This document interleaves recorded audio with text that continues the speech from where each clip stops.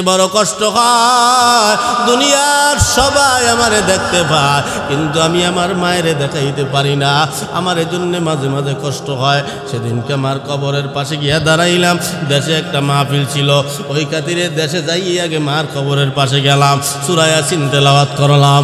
এ মুসলমান, সূরা ইয়াসিনের ফজিলতের ভিতরে আছে, কোন সন্তান যদি মার কবরের পাশে দাঁড়াইয়া সূরা ইয়াসিন তেলাওয়াত করে, ওই মায়ের কবরের আযাব আল্লাহ তাআলা চিরদিনের জন্য মাফ করে দেয়। কবরে বৈশাও মা বাবারা সন্তানরে দেখতে চায়। এই জন্য সন্তান তুমি যারা আছো, সকালবেলা ওইটা ফজরের নামাজ আদায় কইরা জিকির করতে করতে হাঁটতে হাঁটতে মার কবরের পাশে গিয়া দাঁড়াইয়া সূরা ইখলাস পড়া দুরূদ শরীফ পড়া মার আমলনামায় পৌঁছা দিবা। আওয়াজ দিয়া বলো, স্বামী গো, আমার যখন সন্তানগুলা মা কইয়া ডাক দেয়, আমি মা সহ্য করতে পারি না। স্বামীরে খাবার তাড়াতাড়ি নিয়ে আসবা। আল্লাহর বান্দা আজকে পবিত্র জুমার দিন, আজকেও গেল কাজের জন্য, আজকেও কাজ না পাইয়া আল্লাহর বান্দা মসজিদে চলে গেলেন। সেজদায় পড়িয়া দুইটা চোখের পানি সাইরা দিয়ে কান্দে আর কে, আল্লাহ গো, আমি নব মুসলিম, আমি অগ্নি পূজা, আমি আগুন পূজা করতাম, আপনি আল্লাহ সবই জানেন আর বোঝেন। আল্লাহ গো, আজকে 3-4 দিন হয় আমার বাচ্চাগুলো বিবি সাবরা না খাওয়া। আয় আল্লাহ, আমার মনে কয় না জানি কষ্টের কারণে আমার বিবি বাল বাচ্চা না জানি আবার আগুনের পূজা আরম্ভ করে দেয়। আল্লাহ গো, ব্যবস্থা করিয়া দাও। ওই বান্দার তো কোনো খবর নাই। সকালবেলা যখনই এই বান্দা আল্লাহরে ডাক দিছে, আল্লাহর কুদরতি অন্তরে জোশ মারিয়া যায়। আল্লাহ পাক সহ্য করতে না পাইরা জিবরাইলে ডাক দিয়া, গো জিবরাইল গো, তাড়াতাড়ি যাও, জান্নাতের ভিতর থেকে স্বর্ণ মুদ্রা লইয়া আমার ওই বান্দার ঘরের দরজার সামনে গিয়া হাজির হও। সুবহানাল্লাহ। দরজার সামনে হাজির হয়। হাজির হওয়ার পর দরজাটা নক করা হয়। বিবি সাহেব দরজা খুইলে দেখে দরজার সামনে এক যুবক দাঁড়ানো, একটা পোটলা নিয়া। জিজ্ঞেস করলেন, কে তুমি? বলে, আপনার স্বামী যেই মালিকের কাজ করেছে, ওই মালিক তার জন্য মায়নাগুলা পাঠায়া দিছে। সুবহানাল্লাহ। একটু বলবেন কি, এই 3 দিন যাবত ওই মহিলার স্বামী কোন মালিকের কাজ করছে? এ মুসলমান, কাজ করাতে মায়না পাঠায় দেয়। বিবি সাহেব পোটলাটা খুইলে দেখে, পোটলার ভিতরে অনেকগুলা স্বর্ণ মুদ্রা দেখা যায়। ওখান থেকে একটা স্বর্ণ মুদ্রা নিয়া আল্লাহর বান্দা বাজারে গিয়া হাজির হয়। বাজারের স্বর্ণকার যিনি, উনি স্বর্ণের মাপ দিয়ে দেখে দুনিয়ার স্বর্ণ আর এই স্বর্ণ একটু আলাদা। ওই স্বর্ণকার ছিলেন আল্লাহওয়ালা, নবীর আশিক রাসূল, সুন্নাতের মেহমান ছিল, 5 ওয়াক্ত নামাজিওয়ালা। আল্লাহওয়ালা হওয়া তুমি একটু বুঝতে পালাইছে, এই স্বর্ণ দুনিয়ার কোনো সাধারণ স্বর্ণ হইতে পারে না। আওয়াজ দিয়া বলে, বোন, এগুলা তুমি কই পাইলা? বলে, আমার স্বামী যেই মালিকের কাজ করছে, ওই মালিক তার জন্য মায়না পাঠাইয়া দিছে। এবার আওয়াজ দিয়া বলে, বোন, তোমার যত টাকা লাগে তুমি নিয়ে নাও, তবে এই স্বর্ণটা তুমি আমারে দিয়ে দাও।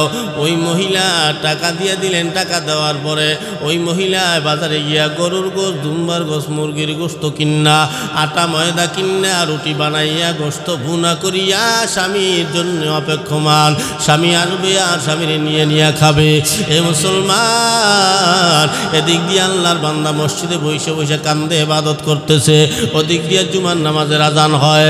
আজান হওয়ার পরে ইমাম সাহেব ওইটা বয়ান করলেন, ইয়া আইয়ুহাল্লাযীনা আমানুস্তাঈনু বিস-সাবরি ওয়াস-সালাহ। ও ঈমানদারেরা, যদি আল্লাহর কাছে সাহায্য চাও, নামাজের মাধ্যমে যাও। যখন এই আয়াতের ব্যাখ্যা তাফসীর করলেন, ওর আরো দৃঢ় বিশ্বাস বাইরে গেল। বাইরে যাওয়ার পরে আল্লাহর বান্দা আরো ইবাদত বাড়ায় দিলেন। এরপরে আসরের নামাজ হয়। আসরের নামাজের পরে সিজদায় গিয়া নামাজ পড়ার পরে 2 রাকাত নামাজ আবার আদায় করলেন। সিজদায় গিয়া আল্লাহর দরবারে কান্নাকাটি করলেন, কারণ আসরের নামাজের পরে দোয়া কবুলের সময় বান্দা দোয়া করলেন, আয় আল্লাহ, কি আর করার, আজকে যেহেতু কিছু পাইলামই না। তবে মসজিদের সামনে বালুর মাঠ ছিল।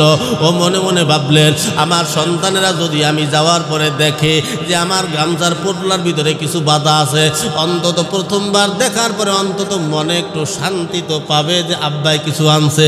এই নিয়ত কইরা উনি মনে মনে ভাবলেন অন্তত 3-4 কেজির মতো বালু গামছায় বাইদা আল্লাহর বান্দা বাড়ির দিকে রওনা। এ মুসলমান, মনে বড় কষ্ট, পিছনে গামছায় বালু বাঁধা, মনপূর্ণ শরীর নিয়ে আস্তে আস্তে হাঁটে, জোরেও হাঁটে না, মনের ভিতরে অশান্তি। 3 দিন হয়ে যায়, বিবি সাহেবের মুখে কোনো খাবার দিতে পারি না, সন্তানগুলোর মুখেও কোনো খাবার দিতে পারি না।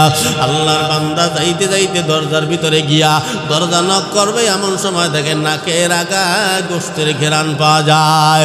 আল্লাহর বান্দা বুঝতে পালাইছে, উনি ওই গামছার পোটলাটারে সিঁড়ির উপরে রাইখা দরজা নক করলেন।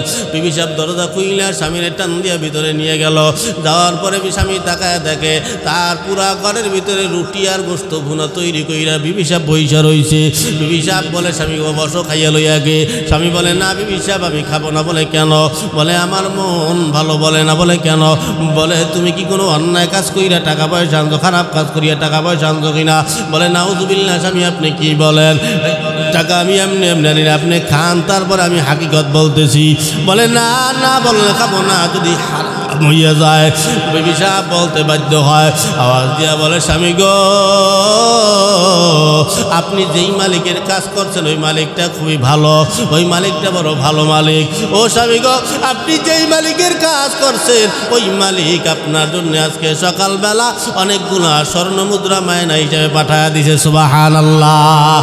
স্বামী তো বুঝতে পালাইছে আমি কোন মালিকের কাজ করছি, এটা একমাত্র স্বামী সে নিজেই জানে। উনি তো দুনিয়ার কোনো মানুষের কাজ করে নাই, একমাত্র আল্লাহর কাজ করছে। এই কথা বলার সঙ্গে সঙ্গে আল্লাহর বান্দা সেজদায় পড়িয়া আল্লাহর শুকরিয়া আদায় করতেছে। এদিক দিয়ে বিবি সাহেব আওয়াজ দিয়া বলে, ও স্বামী গো, আমি দেখলাম আপনার গামছার ভিতরে পোটলায় কি যেন বাধা, আপনি দরজার উপরে সিঁড়ির উপরে রাখলেন বিবি সাহেব। স্বামী গো, স্বামী বলে বিবি সাহেব যাইও না, আর আনা লাগবে না। বিবি সাহেব দৌড়ায় দিয়া স্বামী কথা বলতে বলতে বলতে বলতে উনি গামছাটা আটক করে ওখান থেকে ঘরে নিয়ে আসলেন। গামছাটা আইনা গামছা কইলা দেখে 3-4 কেজির মতো বালু যা ছিল সব বালুগুলা ময়দায় পরিণত হয়ে গেছে। সুবহানাল্লাহ। এ মুসলমান, একটু উত্তর দেন, এতদিন পর্যন্ত বলেন তো এই বান্দা কোন মালিকের কাজ করছে? এই জান্নাত থেকে স্বর্ণ মুদ্রা কোন মালিক পাঠাইছে? বালুগুলা আটা ময়দায় পরিণত কোন মালিক করছে? ওই মালিকের কাজ করলে ওই মালিক আমাকেও দিতে পারে কি পারে না? এই জন্য আল্লাহ বলে বান্দা তুমি করবা আমার কাজ, আমি করব তোমার কাজ। তুমি যদি নামাজ পড়ো, বান্দার চ্যালেঞ্জ তোমার সাথে আল্লাহর কোরআনের ভাষা। তুমি যদি নামাজ পড়ো বান্দা, তোমার রিজিকের চিন্তা তোমার করা লাগবে না। এই জন্য নামাজ ছাড়বো না, নামাজ পড়বো ইনশাল্লাহ। গতকালকে এক যুবক আমার ফেসবুকে ছবি পাঠাইছে, আমার মোবাইলে মেসেঞ্জারে আছে। গতকালকের ঘটনা, যশোর কেশবপুরে ওই মাহফিল কইরা আসার পরে কমিটি ওখান থেকে ফোন দিয়েছে, হুজুর আপনার বয়ান শুই না এক যুবক অল্প বয়স জীবনে নামাজ কালাম পড়ে নাই, ও কাটটা ওয়াদা করছে জীবনে আর নামাজ ছাড়বে না। এই জন্য ওই কমিটিটা খুশি হইয়া ওই যুবকের একটা টুপি, একটা পাঞ্জাবি, একটা পায়জামা হাদিয়া দিয়ে দিছে। আলহামদুলিল্লাহ। এ মুসলমান, এই জন্য ওয়াদা করিয়া যাও, রিজিকের চিন্তা তোমার করা লাগবে না, রিজিকের মালিক আল্লাহ। নামাজ পড়বা তুমি, তোমার রিজিকের ফয়সালা করবে আমার আল্লাহ। এই জন্য মা বাবার খেদমত করবা, আল্লাহর হুকুম অমান্য করবা না, নবীর সুন্নাত ছাড়বা না। কারা কারা পারবা একটু হাত দুইটা জাগাইয়া আমার মাওলারে দেখাইয়া দেই। নারে তাকবীর। আপনি যেদিন আসছেন ওই দিন আপনি নিজের ইচ্ছায় কিছু করতে পারেন নাই, অপর মানুষে কইরা দিছি। আবার যেদিন যাবেন ওই দিনও কিছু করতে পারবেন না, অপর মানুষে কইরা দিবে। আপনি যেদিন আসছেন নিজের ইচ্ছায় কিছু খাইতে পারেন নাই, যেদিন যাবেন ওই দিনও কিছু খাইতে পারবেন না। এ মুসলমান, পার্থক্য এতটুকুনি, আপনি মারা গেলে 3 খান কাপড় নেবেন, 10 কোটি টাকা আপনার কাপড়ের ভিতরে ঢুকাইয়া দেওয়া হবে না, আর আমার কাপড়ের ভিতরেও 10 কোটি টাকা ঢুকাইয়া দেওয়া হবে না। আল্লাহ কাজী এত বাহাদুরি কিসের? আপনি 10 তলার বিল্ডিংয়ের মালিক হইলেন, এখন এই মুহূর্তে আপনি মারা যাবেন, আগামীকাল ফজরের নামাজের আগে আপনাকে 3.5 হাত মাটির নিচে রেখে আসবে, আপনার কত আপনজনের আপনার পাশ দিয়ে হাঁটবে, এত চিল্লাচিল্লি করবেন কিয়ামত পর্যন্ত দুনিয়ার কোনো মানুষ কোনো দিন একটা ডাক আপনার শুনবে না, ঠিক না? কেউ শুনবে না। এত অহংকারী করিয়া লাভ নাই। এই জন্য আল্লাহ দুনিয়ায় পাঠাইছে, দুনিয়া মাজরাতুল আখিরাহ, দুনিয়াটা আখিরাতের কামাই করার জায়গা। আল্লাহ কয় দুনিয়াটা হলো আখিরাতের উদাহরণ। আল্লাহ কয় দুনিয়াতে সুখ আছে, শান্তি আছে, মরণের পরেও 2টা ভাগ হবে, একটা হবে জান্নাত আর একটা জাহান্নাম, একটা সুখের জায়গা একটা অসুখের জায়গা। এই মুসলমান এই দুনিয়ায় বৈশা ওই সুখ শান্তির ঠিকানা আপনার এখান থেকেই তৈরি করে নিতে হবে। যদি জাহান্নামে আল্লাহ ফালায়, কাল কিয়ামতের ময়দানে দাঁড়াইয়া আল্লাহ যদি আপনি আল্লাহর কোনো কাম করেন নাই, আল্লাহ যদি আপনারে জাহান্নামে ফালাইয়া দেয়, আর আল্লাহর আদালতে দাঁড়াইয়া আপনি যদি আল্লাহরে ডাক দিয়া বলেন আল্লাহ, আল্লাহ বলবে কি ব্যাপার? আপনি বলবেন আদর রিয়ামা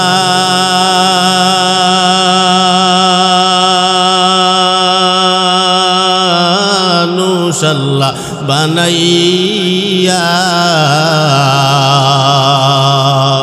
কেমনে দিবা জাহান্নামে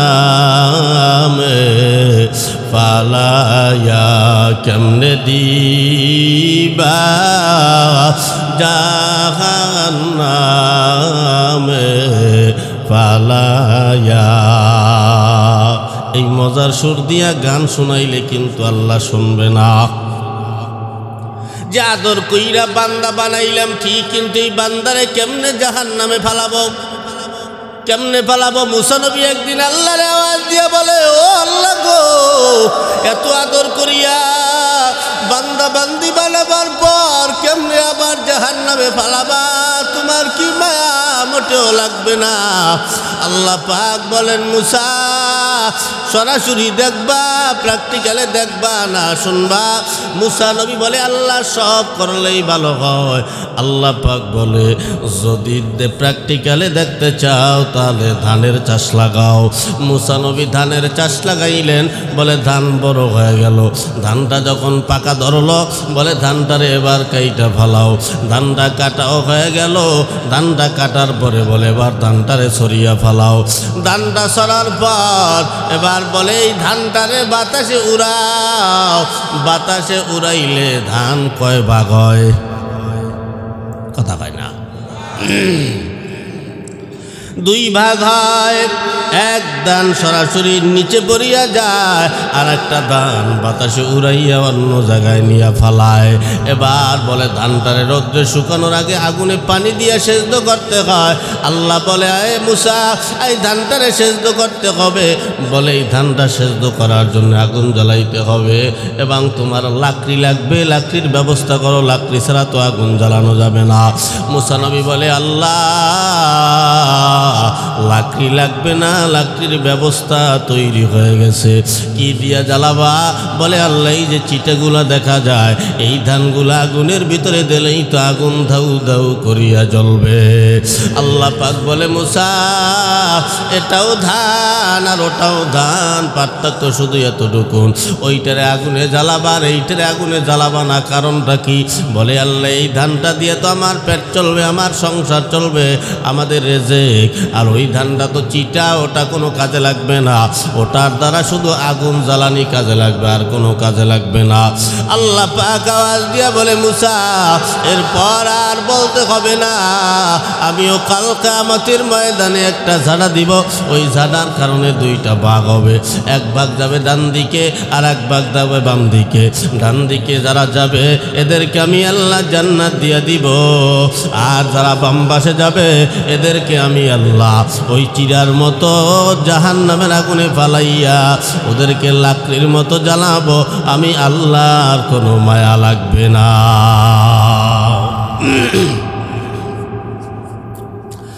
তাই আল্লাহর কাজ করিয়া যাইও, আল্লাহর কাজ যদি না করিয়া যাও, কালকে আমাদের ময়দানে জাহান্নামের আগুনে যদি পড়িয়া যাও, মুসলমান নিজের কি মনে করো জানি না। এবাজান দুনিয়াতে যারা অন্ধকার রাত্রে আমরা চলাফেরা করি, আমাকে এখন তো লাইট বেরিয়েছে, আগের জমানায় ল্যাম্প কুপি ছিল, সেরাক ছিল, এরপরে হারিকেন ছিল। হারিকেনে আগুন ধরাইলে আলো হয় না, অন্ধকার হয়? আলো হয়। তাহলে মনে করছো কি জাহান্নামের আগুনেও তোমার জন্য আলো সাজায়া রাখছে? জাহান্নামের আগুনে পড়লেও কি তুমি আলো পাবা না? বলে দুনিয়ার আগুন জ্বালাইলে তো আলো পাওয়া যায়, অন্ধকার রাত্রে জ্বালাইলে আলো হয়। বলে অন্ধকার ওই জাহান্নামের ভিতরে যে আগুনগুলো আছে, ওই আগুনের ভিতরে কিন্তু আলো নাই। ওই জাহান্নামের আগুনটা কেমন? বলে জাহান্নামের আগুনে যদি একবার পড়িয়া যাও, ওই জাহান্নামের আগুন হলো আমাবস্যার রাত, আর কি অন্ধকার, এর থেকে হাজার হাজার গুণ অন্ধকার হলো জাহান্নামের আগুনের গর্ত।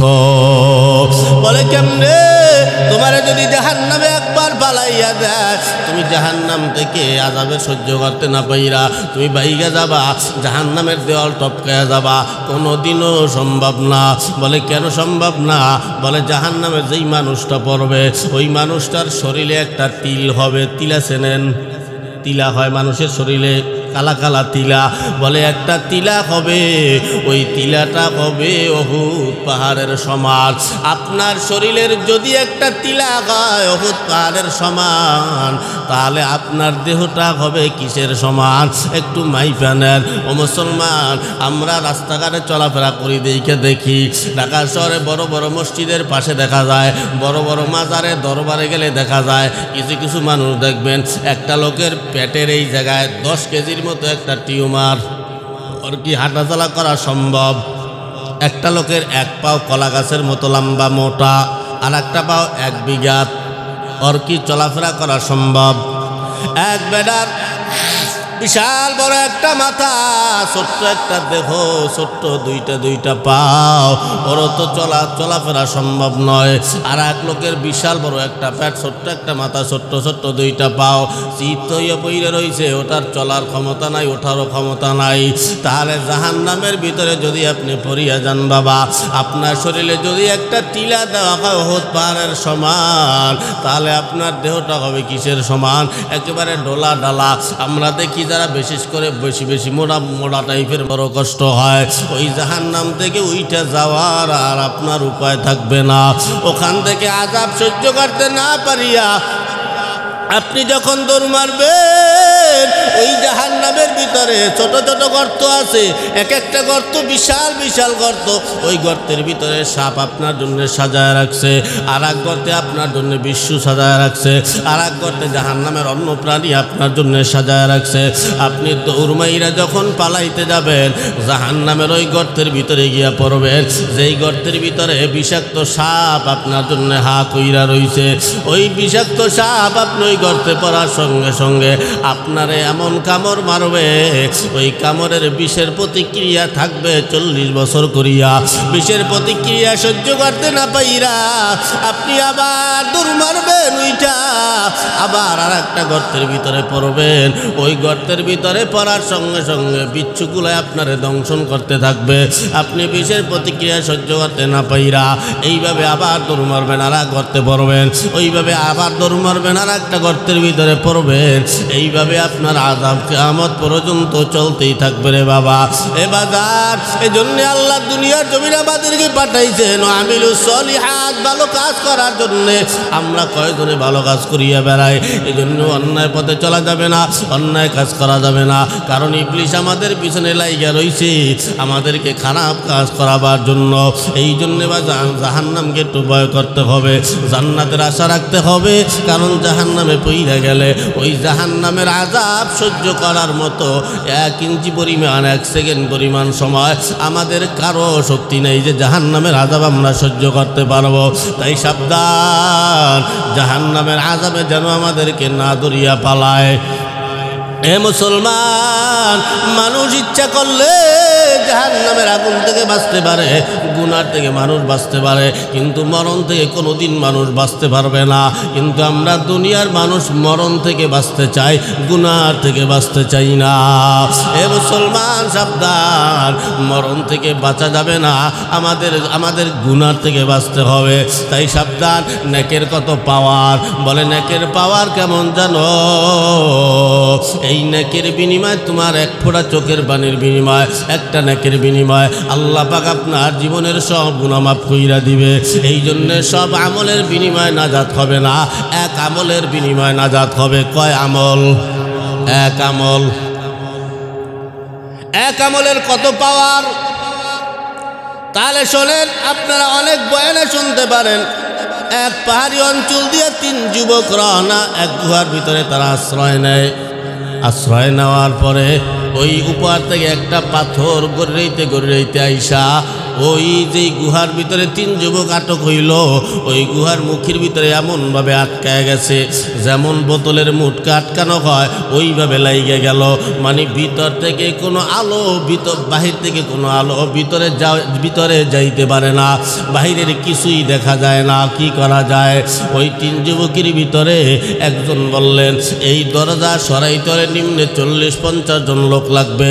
এই 40-50 জনের কাজ আমরা 3 জনে করতে পারবো না। তাহলে কিভাবে করা যায়? বলে একটাই মাধ্যম আছে, আল্লাহর নেকের পাওয়ারের চাইতে আর কোনো পাওয়ার নাই।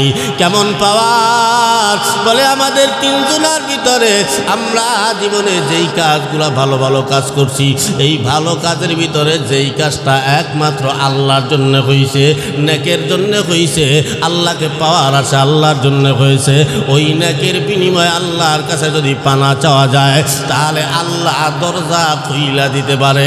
নইলে 3টা এখানে মইরা থাকবো, দুনিয়ার কেউ খবর পাইবে না। নেকের পাওয়ার এটা। একজন আওয়াজ দিয়া বলে, ও আল্লাহ গো, আমার মা ছিল, বাবা ছিল, আমার মা বাবার খেদমত আমি এমন ভাবে করতাম, আমার মা এদেরকে না খাওয়াই আমি আর ছেলে মেয়েকে খাওয়াইতাম না। আমরা ওই জমানায় তো এতটাই সংকট ছিল, এখন তো সংকটের কোনো অভাব নাই, এখন তো আর সংকট নাই। এখন আমাকে বাপ মা যারা আছে, আমরা একটা জিনিস মাল আনলে একটু বাড়াইয়া আনি। পোলাপানে যদি পেটের ক্ষুধায় বলে, আমরা বাপ মার জন্য আলাদা রাইকা ছেলে মেয়ের আগে খাওয়াই। কিন্তু ওই সময় উনি বাপ মায়ের এতটাই ভালোবাসতেন, এতটা মহব্বত করতেন, উনি ওনার বাপ মায়ের খাওয়াইতে গেলে ছেলেদেরকে দিতে পারবে না, আর ছেলেদেরকে খাওয়াইয়া দিলে বাপ মায়ের খাওয়াইতে পারবে না। এই চিন্তায় পড়ে গেল, কি করা যায়? যে আল্লাহ, একদিন বাড়ির থেকে আইসা দেখি আমার মার বাবা ঘুমায়া গেল। এ মুসলমান, বাইজিদ বুস্তামির মা, উনি চাইলেন বাইজিদের কাছে, বাবা আমি একটু পানি খাবো। উনি গেলেন সাগরে পানি আনার জন্যে, পানি আইনা দেখে তার মা ঘুমায়া গেছে। মায়ের আর জাগায় নাই, মা কষ্ট পাবে বলে। এই যুবক আইসা দেখে, দুধ নিয়ে আইসা দেখে তার মা বাবা ঘুমায়া গেল। উনিও কষ্টের কারণে জাগাইলেন না, যে আমার মা বাবা কষ্ট পাবে, এজন্য তিনিও জাগায় নাই। না জাগাইয়া এই আল্লাহর বান্দা বৈশা রইলেন। সন্তানগুলা পেটের ক্ষুধায় মা বাবা বাবা বইলা বারবার চিল্লায়, বাবা অল্প একটু দাও, তোমার বাবা মায়ের তুমি সকালে খাওয়াইও। বলে না, তাদেরকে না খাওয়াই আমি তোমাদের কোনোদিন খাওয়াই নাই, আজকেও খাওয়াবো না। আমার বাপ মা আগে খাবে, তারপরে আল্লাহ, তারপরে তোমরা খাবা। সারাদিন চিল্লানোর পরেও সন্তানগুলারে দিল না। যখনই না দিল, ওই বেটা আল্লাহর দরবারে বলে, আল্লাহ যদি এই আমার বাপ মায়ের এই ভালোবাসাটুকুন আল্লাহ তোমার জন্য হয়, তাহলে আল্লাহ দরজা খানা খুইলা দাও। আল্লাহর জন্য করার কারণে দরজা 3 ভাগের 1 ভাগ ফাঁক হয়ে গেল। তার মানে বোঝা গেল ওনার এই কাজটা আল্লাহর জন্য হয়েছে, আল্লাহ তারে ভালোবাসে। ঠিক না? তাহলে আমরাও বাপ মায়েরে ভালোবাসবো আল্লাহর জন্যে না স্বার্থের জন্যে? বর্তমানে তো স্বার্থ নিয়ে টানাটানি। কত সন্তান বাপ মায়ের মাইরা ফালায় এই জমি ভাগ কইরা না দেওয়ার কারণে। এই বড় ভাই একটু লেখাপড়া ভালো করছে দেখে ছোটো ভাইরে ঠকায়, আবার ছোটো ভাই পড়ালা ভালো করছে দেখে বড় ভাই একটু মগা টাইপের, তাই বাবার কাছ থেকে শিলচাপ্পর নিয়ে বড় ভাইরে ঠকায় দেয়। আমার কথা সেই রকম ঠকাঠকি আছে না নাই? আছে? জম্মের ঠগান ঠগায়, কিন্তু হকুল ইবাদ, হকুল্লাহ আল্লাহ পাক মাফ করে দিতে পারেন, তো ইবাদ আল্লাহ পাক মাফ করবে না। এই সাবধান, এই ব্যাপারে আমরা সাবধানতা অবলম্বন করব যেন হকুল ইবাদ। আমি আব্দুর রহমান, আমার এই লাইফে আমি হওয়ার পরের থেকে এখন পর্যন্ত না যে আমি চাই না যে আমার দ্বারা কেউ কষ্ট পাক, আমার দ্বারা কেউ কষ্ট পাবে, এটা আমি কোনোদিনও চাই না, কোনোদিনও না, ভুলেও না, কল্পনাও করি না যে একজন লোকের কষ্ট দিব বা আমার দ্বারা কষ্ট পাবে, এটা কোনোদিন কল্পনাও করি না, ভুলেও না। আল্লাহ যেন মরণ পর্যন্ত না আনায়, এগুলো ভালো না। মনকে বড় রাখবে, আমাদের মনই ছোট, এই জন্য আল্লাহর জন্য আমরা কোনো কাজ করি না। যদি আল্লাহর জন্য করতাম তাহলে মসজিদ শুক্রবার দিন ভরে যাইত, খালি শুক্রবার দিন যাইয়ে ভরে, আর 5 ওয়াক্ত নামাজের কোনো খবরই নেই।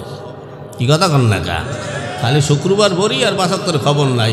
শুক্রবার তারা নামাজ পড়ে এগোকায় 8 কি নামাজ, 8 কি নামাজ 3 প্রকারের, 8 কি নামাজ, ফাটকি নামাজ, 365 দিনের নামাজ, বুঝলেন? 8 কি নামাজ হইল ওই 8 দিনের মাথায় যায়, এগোকায় 8 কি নামাজ।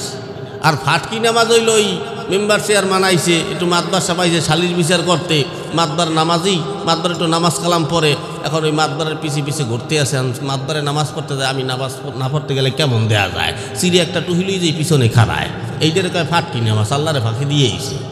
ওই এক বেটায় ওই খাল পার হইতে গিয়ে নদীতে গিয়া নৌকোয় চড়ছে, আর ওদিক দিয়ে ঝড় তুফান আরম্ভ হয়েছে। এখন আল্লাহরে কইতে আছে, আল্লাহ যদি আজ গো বাঁচাইয়ে নেও তাহলে মসজিদে আমি সব মুসল্লিকে একটু সিন্নি খাওয়াবো। সিন্নি ছিলেন তো আপনাকে তো কী কয়, সিন্নি কয়, সিন্নি তবারক যেটা আছে আর কি, ওই সিন্নি খাওয়াবো। তো উনি যেই পারই গেল, ও মা কাঁচা টাচা দিয়ে টিয়ে সব রেডি, এখন ওই একজনে জিগেইতে আছে, ওকে তুমি না ওই মান্নত করে ইয়া তাই সিন্নি টিন্নি খাওয়াবো না, ধরবে না। আল্লাহর একটু লোভ দেয়াইছি, আল্লাহর উনি লোভ দেয়াইছি, আল্লাহর পেটে খিদে আছে, আল্লাহরে লোভ দেয়াইছি, যে আল্লাহ আমারে ভয় দেয়াইছে আমি আল্লাহরে লোভ দেয়াই, শেষ। তাহলে সব নেকের কাজ আল্লাহর দরবারে কবুল হবে না, না বললেও পারি না। এই এক বেটায় টাকা দান করছে 10 লাখ, 10 কোটি টাকা, 10,000, 50,000, 10 লাখ, 1 লাখ, 2 লাখ, 5,000, এরকম হাজার হাজার টাকা উনি দান করলেন। মারা যাওয়ার পর আল্লাহর আদালতে দাঁড়াইলেন, আল্লাহ গো তাকে দেখে তার আমল নামায় কোনো নেক নাই। আল্লাহ গো 10 কোটি টাকা দান করলাম অমুক মাদ্রাসায়, 10 লাখ টাকা দান করলাম অমুক মসজিদে, 50 লাখ দান করলাম অমুক জায়গায়, আয় আল্লাহ 10,000 থেকে শুরু করিয়া কত লক্ষ লক্ষ টাকা আমি দান করলাম, আমার এই দানের টাকাগুলা গেল কোথায়? আল্লাহ পাক বলে যাহা কিছুই দান করছো তবে কোনোটাই আমি আল্লাহর জন্য হয় নাই, এজন্য কবুল হয় নাই, নেক সব কাটা। আয় আল্লাহ তাহলে এত টাকা ফাও ফাও দান করলাম, জান্নাতে যাবো কেমনে? আল্লাহ পাক বলে বান্দা আমি তো আছি, চিন্তা করিস না, আমি আল্লাহ তো আছি, তোর ব্যবস্থা করে ছাড়ব। বলে কি আছে আল্লাহ? বলে তোমার একদিনের দান আমি আল্লাহ কবুল করে নিলাম। কোন দিনের দান শুই না লাও? বলে একদিন তোমার পেটে প্রচণ্ড ক্ষুধা, প্রচণ্ড ক্ষুধা, ওই ক্ষুধা নিয়ে তুমি চিন্তা করলা তোমার পকেটে কোনো টাকা নাই, মাত্র 10 টাকা আছে, মনে মনে চিন্তা করলা ক্ষুধা যদি নিবারণ করতে হয় সিঙ্গারার দোকানে যাব, 2 পিস সিঙ্গারা খাবো, 1 গ্লাস পানি খাবো, আমার পেটটা মোটামুটি ঠান্ডা হয়ে যাবে। এই ভাবিয়া তুমি হোটেলের দিকে রওনা, হোটেলের কিনারায় যাওয়ার সঙ্গে সঙ্গে তোমার পাশের থেকে আর একটা লোক এসে দাঁড়ায়, ভাইজান আমি 3 দিন ধরে আমি খানা খাই না, কারো কাছে টাকাও পাই না, আমার পেটটায় প্রচণ্ড ক্ষুধা, যদি আপনি 10টা টাকা আমারে দিতেন আমি হোটেলে 2 পিস সিঙ্গারা খাইতাম, 1 গ্লাস পানি খাইতাম, আমার পেটটা ঠান্ডা হয়ে যাইত। এই কথা বলার সঙ্গে সঙ্গে ওনারও পেটে ক্ষুধা, ওনার ওই পেটের ক্ষুধা রাইকে ওনার বড় মায়া লেগে গেল, উনি নিজে না খাইয়া পেটে ক্ষুধা রাইকা ওই 10টা টাকা ওই 3 দিনের ক্ষুধার তোকে দান করিয়া দেয়। আল্লাহ কয় বান্দা আমার এই গরিব ক্ষুধার্ত বান্দাকে নিজের পেটের ক্ষুধা রাইকা তুমি যখনই তারে দিলা আমি আল্লাহর বড় ভালো লেগে গেল। তোমার ওই 10 লাখ 10 কোটি দান কবুল হয় নাই, তবে এই দিনের এই 10টা টাকা আমি আল্লাহ কবুল করে নিলাম। এই 10 টাকার বিনিময়ে তোমার জীবনের সব গুনাহ মাফ কইরা আমি জান্নাতের মালিক বানায় দিলাম। সুবহানাল্লাহ। এই জন্য সব নেকের কাজ কবুল হবে না, সব নেক দিয়া জান্নাত পাওয়া যাবে না। এই ব্যক্তি যখন বললেন, আল্লাহ আমার মার ভালোবাসাটা যদি, আমার বাবার ভালোবাসাটা যদি আল্লাহ একমাত্র তোমার জন্য হয়, তাহলে আল্লাহ দরজাখানা ফাঁকা কইরা দাও। আল্লাহ পাক 3 ভাগের 1 ভাগ দরজা ফাঁকা কইরা দিলেন। তার মানে বোঝা যায় তার মা বাবার ভালোবাসাটা একমাত্র আল্লাহর জন্য হয়েছে। আর বর্তমানের ভালোবাসা, সেদিনকার ফেসবুকে দেখলাম এক সন্তান, তার সন্তান তখন টাকরা যুবক হয়ে গেছে, তার শক্তির কোনো অভাব নাই, বৃদ্ধা বাবার এই এমনভাবে পিটাইতেছে, এমনভাবে পিটায়, ওই বুড়া বাপটায় বারবার ডাকে, আব্বা আমারে আর মারিস না, আমি আর সহ্য করতে পারি না, তোর যা লাগে তুই নে, সমস্যা নাই, তবে তুই আমারে আর মারিস না। এই কথাগুলো যখন বাবা সন্তানরে ডাক দিয়া বলে, আল্লাহর আরশটা পর্যন্ত কাঁপিয়া যায়। যে বাপ এত কষ্ট করিয়া সন্তান লালন পালন করলো, এত কষ্ট করি, এই যে আমরা পুরুষেরা এত কষ্ট করি এই সন্তান বড় করার জন্যে, ঘরের বিবি পালার জন্যে, আমরা পুরুষেরা রাস্তাঘাটে দৌড়াই একমাত্র পরিবারের জন্যে, আমরা নিজেদের জন্য দৌড়াই না। নিজে 2টা কম পোশাক পরিয়াও, নিজে খারাপ পোশাক পরিয়াও বিবিরে ভালো পোশাক পরানোর চেষ্টা করি, ছেলেটা যেন ভালো পোশাক পরতে পারে সেই চেষ্টা আমরা করি।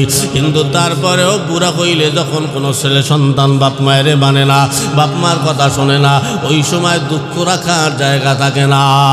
এ মুসলমান, তাই সাবধান, অন্যায় পথে চলিও না যুবক।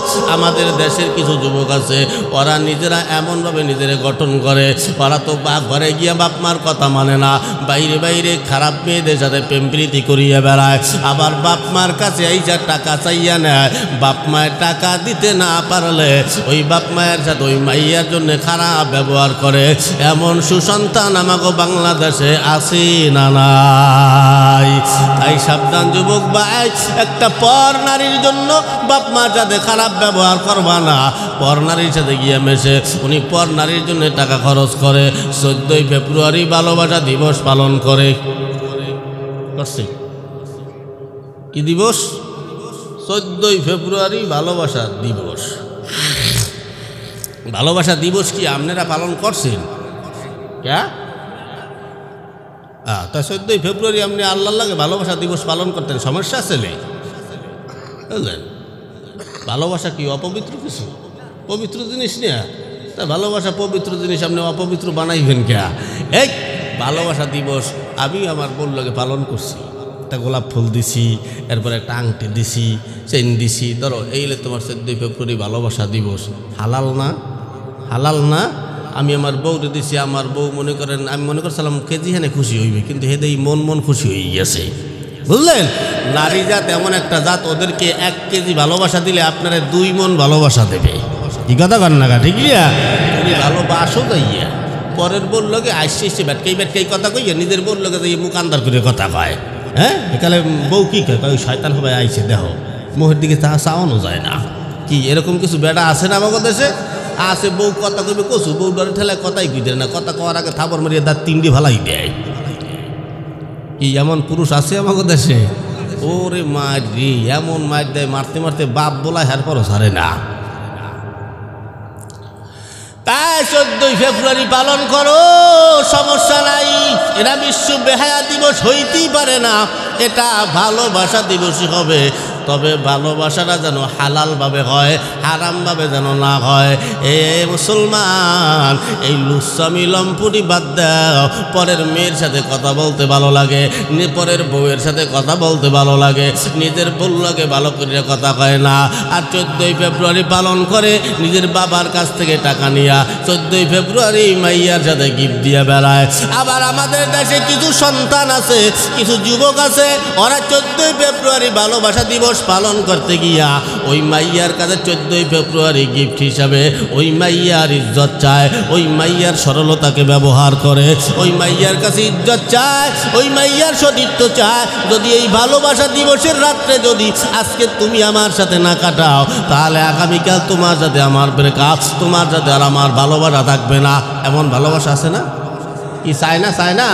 এই তো ভালোবাসা বাতিল।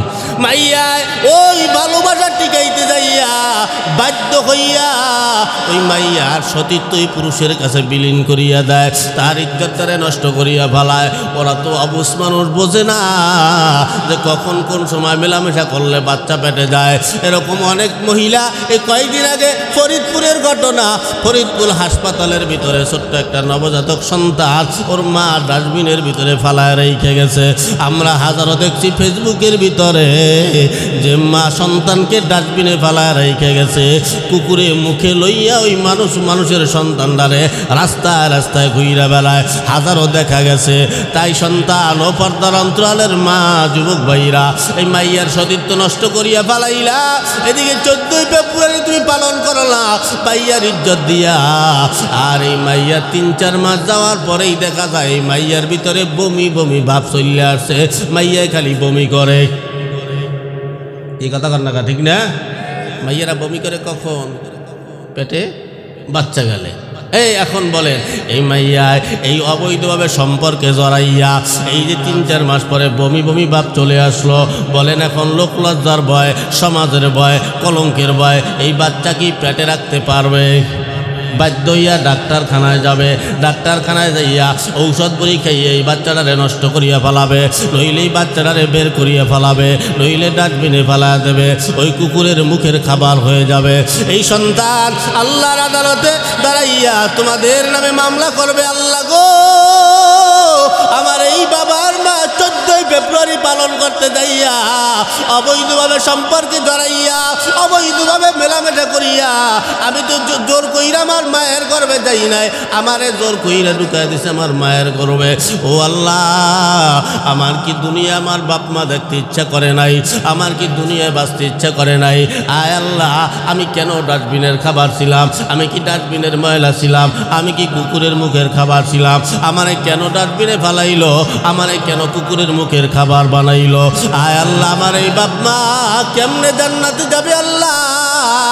তাই যুবক ভাই, তুমি হবা বাবা আর সে হবে মা। কালকে আমাদের ময়দানে একটা মানুষ হত্যা করিয়া কোনোদিনও জান্নাতের আশা করতে পারবা না। এই সন্তান ওই দিন এই মায়ের ডাক দিয়া বলবে, মা এই আবেগের কারণে 10 মিনিটের আবেগের জন্য মা তুমি এই মজার জন্য তুমি আমারে ডাস্টবিনে ফালা দিলা। ওই দিন ওই সন্তান ওই মাকে ডাক দিয়া বলবে, 10 মিনিটের আবেগ মাগো 5 মিনিটের মন, কে তুমি মা দেখতে দিলা না এই পৃথিবীর মুখ, জোর করে আসিনি গো তোর শরীরে আমি, পৃথিবীতে নাকি সন্তান হয় মায়ের কাছে দামি, তবে কেন সুখের ভুলে আমায় পেটে নিলা, সুখের শেষে কেটে চিরে আমায় ফেলে দিলা। একদিন তুমি আমার কাছে আসবে ঠিকই মাগো, কি বলবে আল্লাহর কাছে জমা করে রাখো। আমি তো বেঁচে গেছি, আমি তো বেঁচে গেছি, বেঁচে গেল মান, নইলে লোকে বলতো মোরে অবৈধ সন্তান। একটু অবৈধ সুখ পেতে মাগো আমায় পেটে নিলা, কলঙ্কের ভয় তুমি আমায় ছুঁড়ে ফেলে দিলা। তোমার মাও করত যদি, তোমার মাও করত যদি তোমার সাথে এমন, বুঝতে মাগো সেদিন তুমি মৃত্যুর যন্ত্রণা কেমন, ঠিক না? তাই অন্যায় কাজ করিও না যুবক, ওই নারী জাত তুমি চেনো না। আল্লাহর নবী বলেন, আল্লাহর নবী বলেন, কিয়ামতের আগে আমার উম্মতের জন্য আমি নারী জাতের চাইতে বড় ফিতনা পৃথিবীতে আর দেখতে পাই না। তার মানে নবীর কথা বাস্তব, নারী জাত হলো পুরুষের জন্য সব থেকে বড় ফিতনা। মুসলমান, আর ইবলিস শয়তান শুরুর থেকে আদম জাতকে ধ্বংস করার জন্য ওর সব থেকে বড় হাতিয়ার হলো নারী জাত, ওর সব থেকে বড় হাতিয়ার হলো নারী জাত। এই এক নারী জাত আমরা যারা দেখি যে মেয়েরা সুন্দর হয়, কলেজে পড়িয়ে বেড়ায়, ওই একটা মেয়ে হাজার হাজার পুরুষের পকেট ফাঁকা করিয়া ফেলায়, ঠিক না? পকেট ফাঁকা করার জিনিস ওরা। আর আমরা পুরুষরা তো বুঝি না, আমরা খালি অগবিজে টাকা খরচ করিয়ে বেড়াই। কি টাকা কামাইতে পারে না, টাকা খরচ করিয়ে বেড়ায়। বাপ মার বাড়িতে টাকা নিয়া উনি যে ওই মাইয়ের পিছনে টাকা খরচ করে, তারপরাই দাঁত দোত ফালাই দিতে হয়। বেটা ও অবুঝ, কিচ্ছু বোঝে না। কি যুবকরা, তুই সত্য না মিথ্যা? খরচ করো না? ওরা খরচ করে বেড়ায়, না করলে কয়। আমার দ্বারা দুই যুবক ফোন দিয়েছে যে হুজুর আমি সাকসেসফুল হয়েছি। আমি বললাম কেমনে সাকসেসফুল হয়েছো? কয় হুজুর ওই আপনার পরামর্শ মানছি, সাকসেসফুল হয়েছি। কেমন পরামর্শ? আমি দিছিলাম পরামর্শ যে মাইয়া আমরা পুরুষ যারা আছি কালা হই দলা হই সবাই চাই আমার ঘরের বউটা যেন ফুল পরির মতো হয়, সুন্দর হয়, এটা আমরা সবাই চাই। তার মাইয়েরা চায় টাকা। কোন পুরুষের টাকা আছে? আমরা পুরুষরা গরিব করে মাইয়া নিয়ে সংসার করতে পারি, কিন্তু আমাকে কোনো পুরুষের যদি ইনকাম সোর্স ভালো না থাকে, টাকা পয়সা না থাকে, কোনো মাইয়া আমাকে জিজ্ঞায় না, কি কথা কন না কা, আমাকে বিয়ে করতে চায় না। ওর টাকা নাই পয়সা নিয়ে খাওয়াই বিকি। চিনতে পেরে গেছে রেজেকের মালিক কে? চিনতে করো কা। তাই কি বললাম, বলে মাইয়ার সাথে প্রেম যখন করে মাইয়ারে জিজ্ঞেস করলাম আগামীকালকে গিয়ে জিজ্ঞাবা আমারে ভালোবাসো? হ্যাঁ ভালোবাসি। বিয়ে করবা? হয়। সারা জীবন থাকবা? বলে হ্যাঁ থাকবো। তাহলে আসো আমরা একটা পরীক্ষা নেই। বলে কি? বলে এই বিয়ার আগের দিন পর্যন্ত রাস্তাঘাটে যত খরচ হবে সমস্ত খরচ তুমি আমার জন্য করবা। বিয়া করার পরে মরণ পর্যন্ত তোমার যত খরচ হবে, তোমার সারা জীবনের দায়িত্বভার আমি নেব, সমস্ত খরচ আমি করব। কোনো প্রেমিকায় কি থাকবেই? মাইয়ে কইবে তোর মতন আমার আরো 10টা আছে, তুই যা, আমি তোর পিছু খরচ করতে পারবো না। কি কথা কান্নাকা, ঠিক না? এই জন্য টাকা কামাই করো। টাকা থাকলে দুনিয়ার সব জায়গায় দাম পাবা, ভালো ভালো চেয়ার পাবা। টাকা থাকলে সব জায়গায় তোমারে দাম দেবে। টাকা থাকবে না, ঘরের বউও তোমারে দাম দেবে না। কি কথা কান্নাকা, ঠিক না?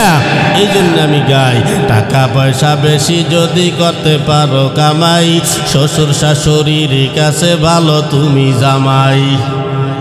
কথা কয় না এরা। শোনেন, আমার অস্ত্র আমি করবই, কিন্তু ওই শ্রোতাকে অস্ত্র আমি করতে পারবো না, ঠিক না? আপনাকে আজকে আমি করবো, তা আমার দামি করবো, আপনাকে আপনারা করবেন। না আপনারা যদি না করেন তা মুই তো এমনি লেদাই দেবো অনেক, বুঝেন? লেত্রা বোঝেন? লেত্রা, এই লেত্রা ওই যাবো। এই লেত্রা বানাইয়েন না, সবাই একটু জিগ জ্যাগ দেন দিই। যা কথা যা কইলাম কথা কি ঠিক? টাকা পয়সা কামাই করে শুধু দিয়ে যাই, শালা শালির কাছে তুমি ভালো দুলা ভাই। টাকা পয়সা কামাই করে সামনে দেবে ঢেলে, পিতা মাতার কাছে তুমি খুবই ভালো ছেলে। টাকা পয়সা দেবে শুধু গহনাটা দামি, নিজের বউয়ের কাছে তুমি খুবই ভালো স্বামী। কথা কয় না, ঠিক না? টাকা পয়সা দেবে শুধু হিসাব নিকাশ নাই, ভাই বোনের কাছে তুমি খুবই ভালো ভাই। টাকা পয়সা দেবে শুধু নেই তো কোনো চাপ, ছেলে মেয়ের কাছে তুমি খুবই ভালো বাপ। টাকা পয়সা কামাই করে দিবে নতুন জামা, বাগনা বাগনির কাছে তুমি খুবই ভালো মামা। টাকা পয়সা কামাই করে দিয়ে যাবে শুধু, ভাইপো আর ভাইজির কাছে তুমি ভালো দুদু। টাকা পয়সা দেবে শুধু হিসাব নাই এক বিন্দু, চলার সাথীদের কাছে তুমি ভালো বন্ধু।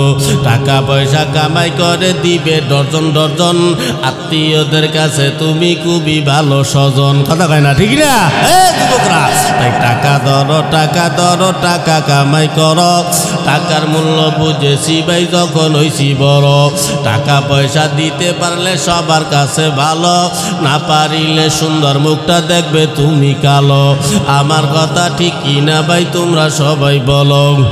ওরে টাকা তুমি জ্বালাইয়া গেলা, সংসারে আগুন নিবাইয়া গেলা না, ঠিক না? সন্ধে সন্ধে সত্য কথাগুলো কই দিলাম। মানো আর না মানো, টাকা কামাই করো, ওই ভাও মাইয়ে পিছিয়ে দৌড়িয়া নিজের জীবন তছনছ করিও না। এই কথা ঠিক না?